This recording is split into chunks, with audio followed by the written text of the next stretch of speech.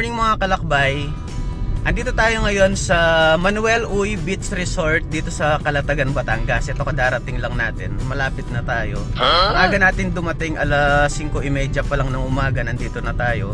Kasi kailangan nating or gusto nating sulitin yung kanilang ang tawag ito, overnight stay. Ayan, dito na tayo.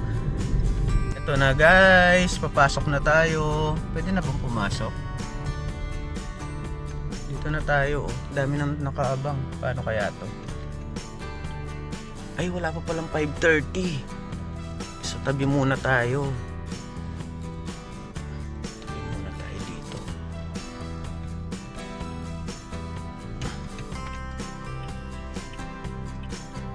Ayan.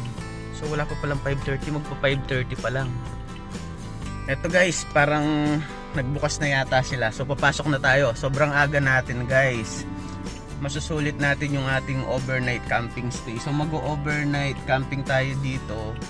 Ang maganda dito sa Manuel Uy Beach Resort guys, mga kalakbay, yung check-in time nila for overnight stay is magsisimula ng 5:30 AM.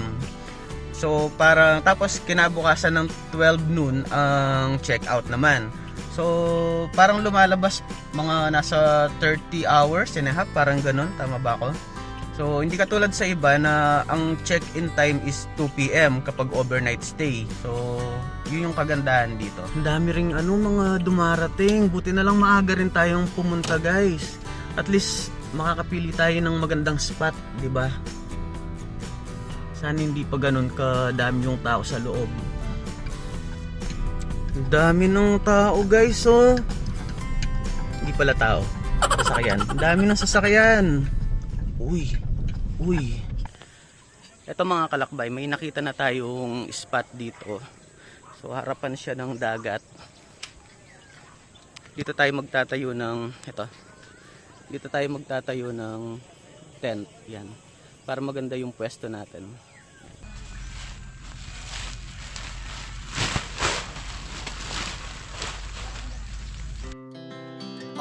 Speed to the city streets, we began to feel the fire.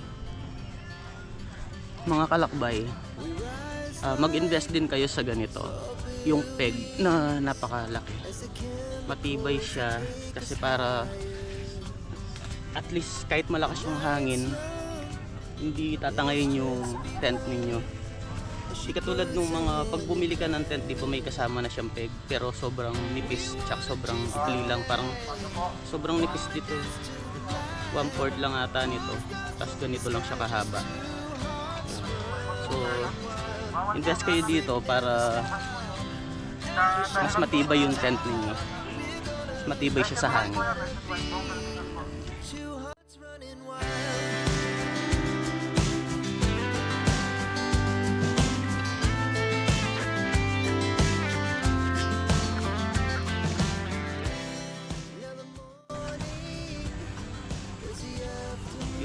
Okay na guys, tapos na nating i-set up yung camp natin.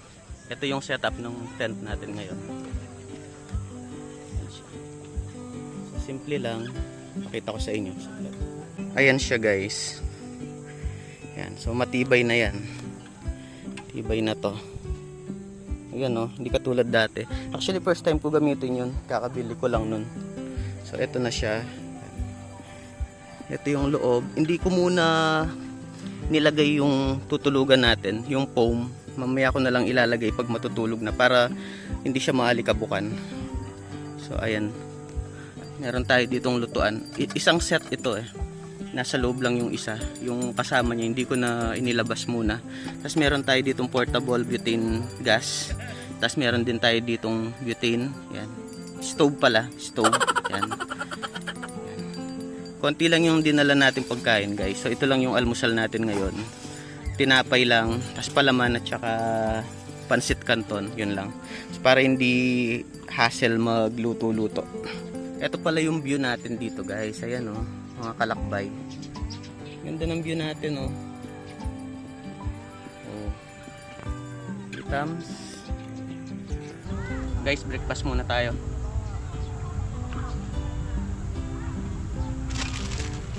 Niluluto ko pa yung pancit canton, isang piraso lang. So tinapay muna tsaka palaman.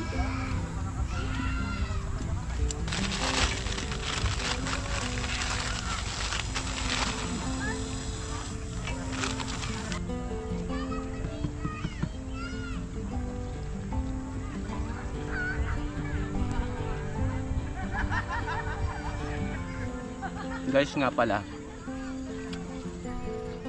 comment nyo naman kung saan kayo nanonood, kung saang lugar kayo nanonood, para at least alam ko lang kung saan nakakarating yung video ko.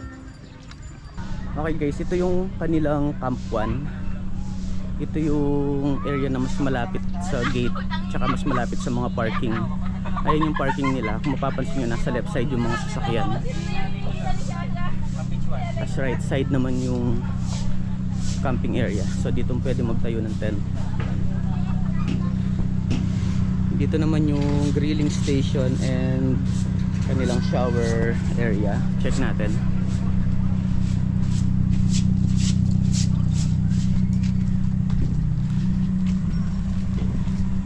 So dito yung grilling station, guys.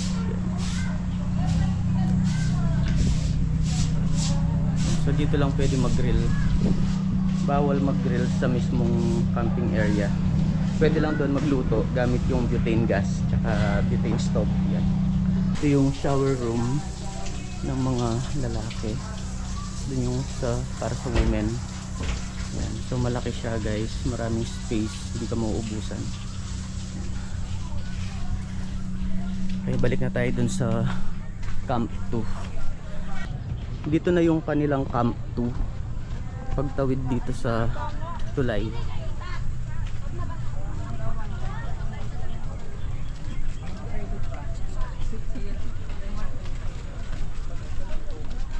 Ayan yung view, guys, oh, ang ganda.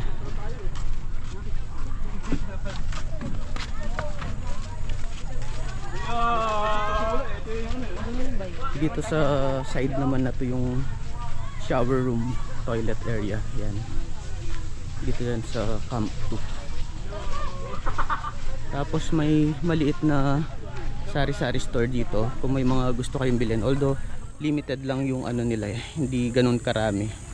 So dapat make sure na pagpunta nyo dito, kumpleto na rin yung ano nyo, yung mga lulutuin nyo.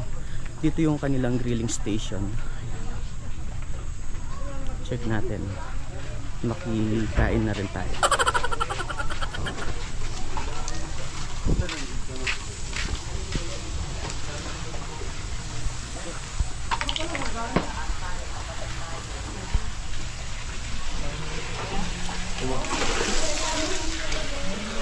Ito naman yung sa washing area. Yan, paikot lang siya, guys. So ikot tayo.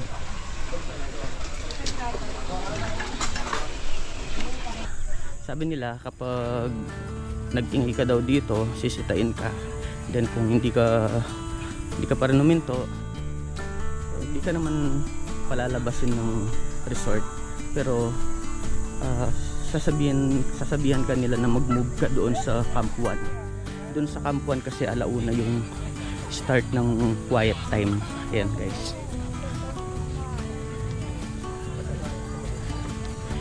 Ikot tayo dito. May nakita tayo dito kaninang tent na yung pinaparent ni Manuel. O i-check natin para may idea kayo kung ano yung itsura ng tent na pinaparent nila.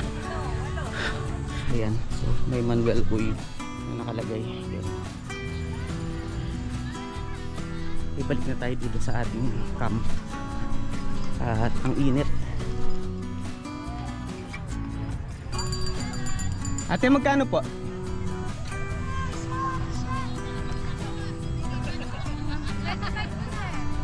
Magkano po ulit? 35. 35. Sige po. Dito po. Bawal po pag ano. Sige po. Patingin po ako. Na-sunburn ka na ate. Ang pula na ng mukha mo.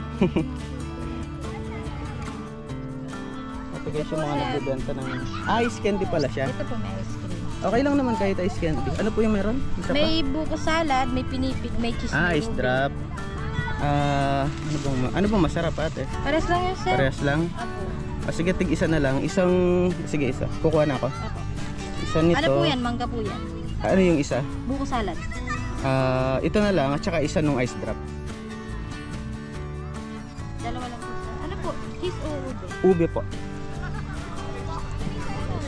Saglit lang po.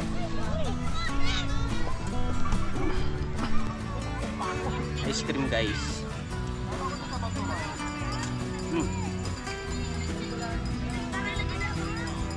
Sarap, ang lamig.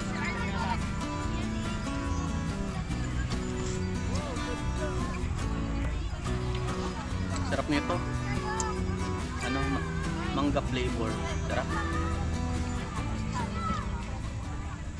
Yung snorkel natin, nilagyan na rin natin siya ng toothpaste. Yan, para hindi siya mag-moist mamaya. Kahit na nahihingaan natin siya, clear pa rin siya. Yan. So, doon tayo pupunta. Tara.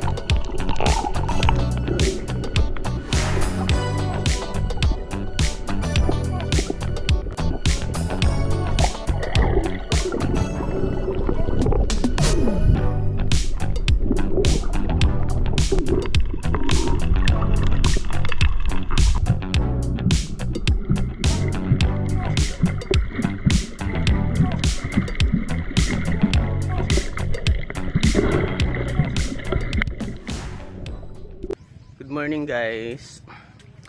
Hindi na tayo nakapag-vlog kahapon kasi nasira yung GoPro natin.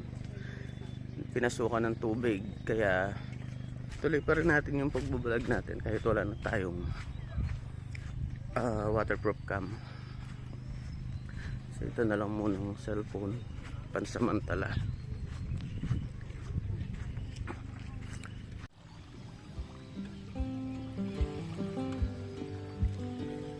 Ayan guys, sobrang kalmado ng dagat.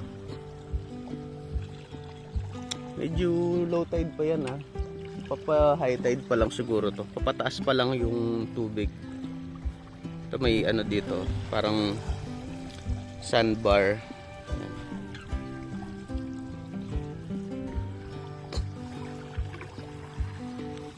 Ayun yung Stilts Resort.